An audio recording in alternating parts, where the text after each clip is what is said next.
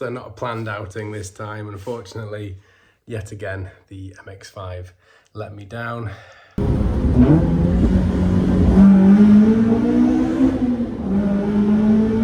So we got about half an hour from the track the night before and power steering line failed. I instantly thought it was game over, engine gone. The whole cabin filled with smoke as all the power steering fluid just hit the exhaust. Thought the worst. Luckily, wasn't the worst, so we limped it home. Went and got the Exige, and that was that. Drove all the way over to Blyton Park again, which is about 2.5, 3 hours. Got to the hotel at about 11:30, maybe even midnight by the time we got there and got in. And it was the summer solstice, which meant it was the shortest night, which means nothing until you realise that we were staying on a farm that had roosters. So we were woken up at about 3:15 and we didn't get back to sleep. So running on about 3 hours sleep the next day.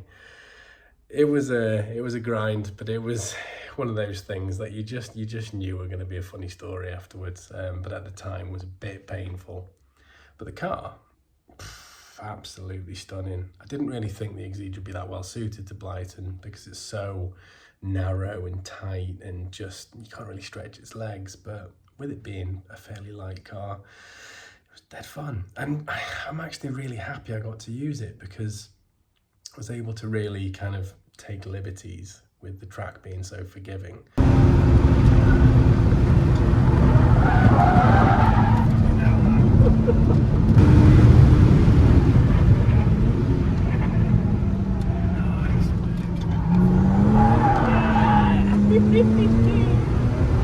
I do think there's an element of danger with that thought because I do know a few people that have gone off in big ways, and when they go off they tend to dig in and roll, which no one wants to see ever. That's terrifying. What I will say, the 808 RS, everyone slates them. They're not great, but they were fun. They were really fun, and they'd last forever. You could abuse and abuse and abuse them. Very plasticky. But you've probably noticed behind me, yeah, I've got a lovely set of AO52s now to try. I really wanted to go for the CRS because I think they'll last a lot longer, but no can do. Unfortunately, in the Exige application, it's motorsport use only on the front, so that instantly voided that. Thought about AR1s, not going to cut it really in the wet on one set of wheels and tyres. So 52s it is, and unfortunately with the 52s, I've heard about how bad the shoulders wear, so you have to run a lot of camber, which is something Exiges don't really have as standard. So I've had to get the billet, the steering arms, and then machine them down even more to get about 2.7 front camber, so they'll be going on soon. The back camber isn't too bad. Have a lovely setup with HPE, and then it's off to Cadwell next. So the only issue all day was on the brake pads. They were slightly bigger than they should be, or they could be. They were just starting, as the pad wore down, the backing plate was just a little bit too big and started to hit that alloy bell. So I quickly had to take the pads out and go beg someone with an angle grinder and just flapper wheel them down, which was fun. Yeah, pretty easy stuff. Did it on my lunch, so lost no track timing. Away we go. But again, great day. Lovely to be out in the car again, and on to the next one.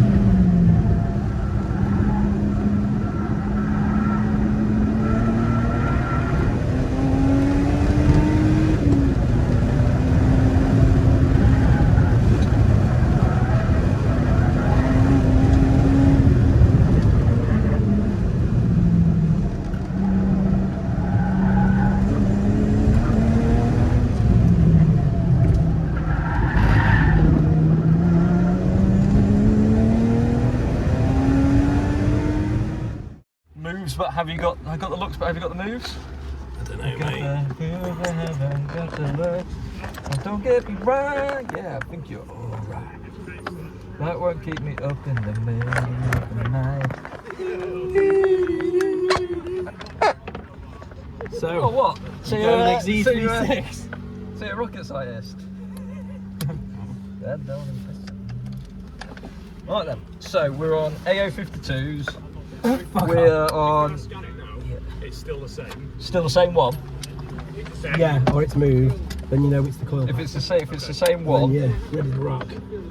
Ready to rock. Ready to rock. Basically, go get the Then just broken call it one, go to the kitchen and ask if you can put it in the microwave for 30 seconds. And you should, all being well, Yeah. Fix blow everything. up the whole cafe. Yeah. Hey mate, you happy?